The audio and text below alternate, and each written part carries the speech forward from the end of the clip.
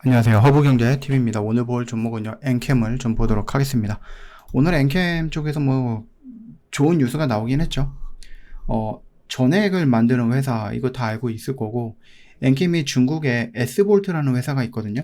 글로벌 회사를 상대로 해서 전해액을 공급을 하기로 했다.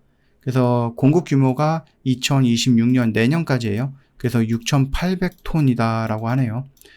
많은 겁니다.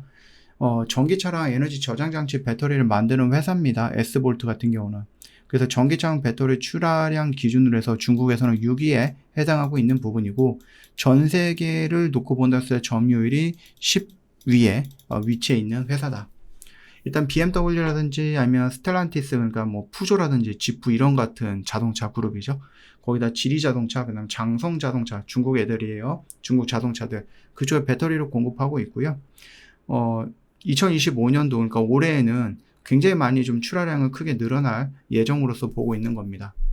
그래서 중국의 장수성에 엔챙 공장이 있는데, 여기서 이제 먼저 공급을 시작한다라고 보시면 됩니다. 그래서 S볼트가 가지고 있는 중국의 여러 생산 기지로 확대할 예정으로 좀 보고 있다.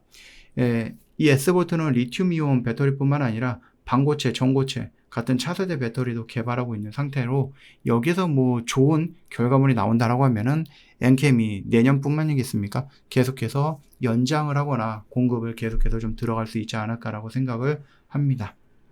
엔캠은 전액을 공급하고 있고, S볼트는 세계 10위권 전기차 배터리 기업이고, 그래서 미래 방향을 놓고 보면 반고체, 전고체 배터리 개발하고 있고, 더 안전한 성능이 좋은 배터리겠죠. 그래서 엔캠이 빠르게 성장하고 있는 글로벌 배터리 기업과 손잡아서 시장 입지를 강화하고 있는 것은 우리가 생각할 때 굉장히 좀 긍정적인 부분이다라고 좀 말씀을 드려보도록 하겠습니다. 그래서 엔캠, 그 다음에 S볼트, 그 다음에 완성차 회사, BMW 이런 애들이겠죠. 그래서 여기서 지금 서로 이런 식으로 와가지고 동맹 같은 거를 좀 맺었다라고 보는 것도 괜찮지 않을까 싶습니다. 2차 전지든 그렇고, 오늘 시장 자체가 오전에 한 30분? 1시간 정도 그냥 쫙 밀리고, 이렇게 반등이 나오면서 지켜줘야 되는 영역 라인에서 종가가 일단 마무리가 되긴 했습니다. 이게 만약에 이대로 마무리가 됐으면 지켜줘야 되는 라인이 깨졌다라고 해서 심리적으로 굉장히 좀 많이 흔들렸을 시장이었는데, 그래도 좀 반등이 나와서 종가상으로 지지를 하면서 마감이 되었기 때문에 좀 더 지켜볼 필요는 있지 않을까 싶어요. 어차피 오늘 그 FOMC 의사록이라든지 아니면 금요일날 밤에 잭슨 홀 미팅에서 파월 의장의 발언을 우리가 보고 있는데, 기대하고 있는데, 기대하는 것은 전혀 예상과는 다르게 비둘기성 발언, 즉 금리 인하를 해야 된다라는 발언이 나오기를 기대하고 있는데, 이 가능성은 그렇게 많지는 않죠.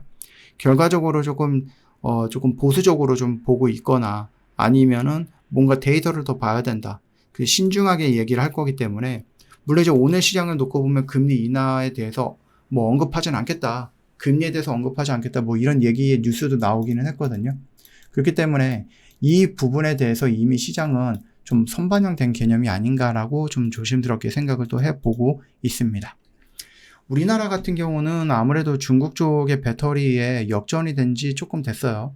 그래서 우리나라가 기술력으로는 조금 이렇게 올라가고 있었는데, 어느 순간 이제 중국의 전기차 배터리 기술에 따라잡히고 조금 어렵게 좀 진행이 되고 있는 것은 맞아요. 그래서 많은 전문가들이 중국과 우리나라 이 배터리 기술에, 또는 생산량은 우리가 압도적으로 불리한 부분이겠지만은, 배터리 기술과 생산량을 다 합친다라고 했을 때 우리나라보다 한 3년 정도는 앞서고 있다라고 얘기를 하네요. 중국 같은 경우는 일단은 돈도 많고 인력도 많고, 정부에서, 그러니까 국가에서 돈을 그냥 쏟아부어서 성장시키는 사업이면, 이거 우리나라 민간 기업들이 아무리 대기업이라고 해도 버티기 힘들죠. 따라가기 힘들죠. 그러다 보니 우리나라도 일단은 정부, 기업, 연구원, 이런 쪽 연구소겠죠. 이런 데가 이제 싹싹 모여가지고 좀 더 잘해야 되지 않을까라는 생각을 합니다. 일단 중국을 다시 추월할 수 있는 차세대 배터리가 필요하다라는 거죠. 삼성 SD온, 삼성 SDI라든지 SK온이라든지 LG 에너지 솔루션이라든지 많은 회사들이 조금 합쳐가지고 기존에 있는 리튬이온 배터리라든지 LFP, 나트륨, 전고체 이런 것들을 더 뛰어넘는 뭔가 새로운 것들을 좀 만들어서 중국이 따라오지 못할 정도의 기술을 좀 보여줘야 되지 않을까라는 생각을 하는데 쉽지는 않을 것 같아요.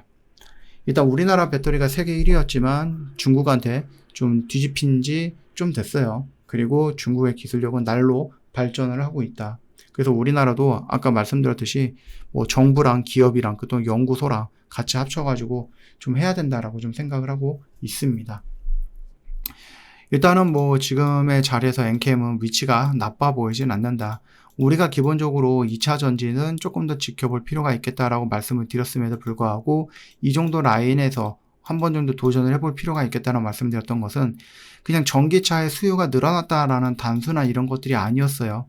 결국은 뭡니까? 전기차 이외에도 배터리가 성장할 수 있는 영역이 나와줬다라는 것이 굉장히 좀 중요한 포지션이었다, 포인트였다라고 말씀을 드렸죠. 참고하시면 될 것 같습니다. 오늘 전반적으로 2차전지 뭐 에코프로도 마찬가지겠지만 음봉이기는 하지만 그렇다고 해서 여기서 상승을 보여줬던 이 추세 라인이 깨졌다, 무너졌다라고 보기는 어렵다 이렇게 좀 생각이 됩니다. 그래서 여전히 시장은 반도체, 2차전지, 바이오 이쪽을 조금 위주로 좀 지켜볼 필요가 있지 않을까라고 생각을 하고 있고요. 월요일 정도가 되면은 금요일 밤 11시인가 그럴 거예요. 한국 시간으로. 그렇기 때문에 여기서 이제 어떤 발언이 나올 거고 월요일날 오전장에 살짝 어느 정도의 좀 파동은 있을 것 같아요. 변동성은 보여주겠지만 그 변동성이 여기 라인을 이렇게 깨버리는 변동성을 보여주지는 않을 거다라고 생각을 하고 있기는 합니다.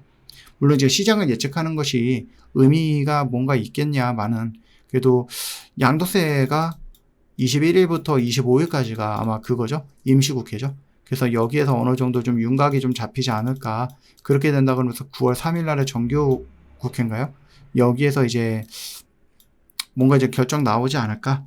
그렇다라고 하면은 9월 달에 양도세 얘기도 들어가고 9월 달에 금리 인하 이야기도 나올 거고 그러면 뭡니까? 시장은 다시 상승으로 이끌 수 있는 모멘텀이 나올 수도 있다라고 생각하시면 됩니다.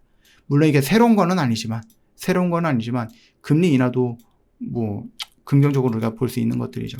그것만 좀 참고하시면 될 것 같아요. 저 허브경제TV 공식 채널을 좀 보시면은요, 정말 중요한 것들 깔끔하게 정리해서 여러분 보기 편하게 올려놨죠. 이것만 놓고 보셔도 여러분들 충분히 오늘 시장 어느 정도 파악은 다 했을 거다라고 생각합니다. 여러분들이 좀 봐야 되는 것들만 집중해서 올려놨으니까 꼭 챙겨보십시오. 영상 댓글에 링크 클릭하고 들어오시면 되겠고 여기 있는 모든 정보들 뭐예요? 무료로 이용 가능하고요. 여러분 오래 기다리셨을 거라고 생각합니다. 저 허브경제TV 이벤트 지금 준비하고 있습니다. 그리고 뭐 혹시 미리 물어보실 분이 있으면 여기를 클릭해서 물어보셔도 되고요. 저 이벤트 딱 시작하면 여러분들 빠르게 저희를 또 찾아오셔도 될 것 같아요. 오늘도 정말로 고생 많으셨습니다.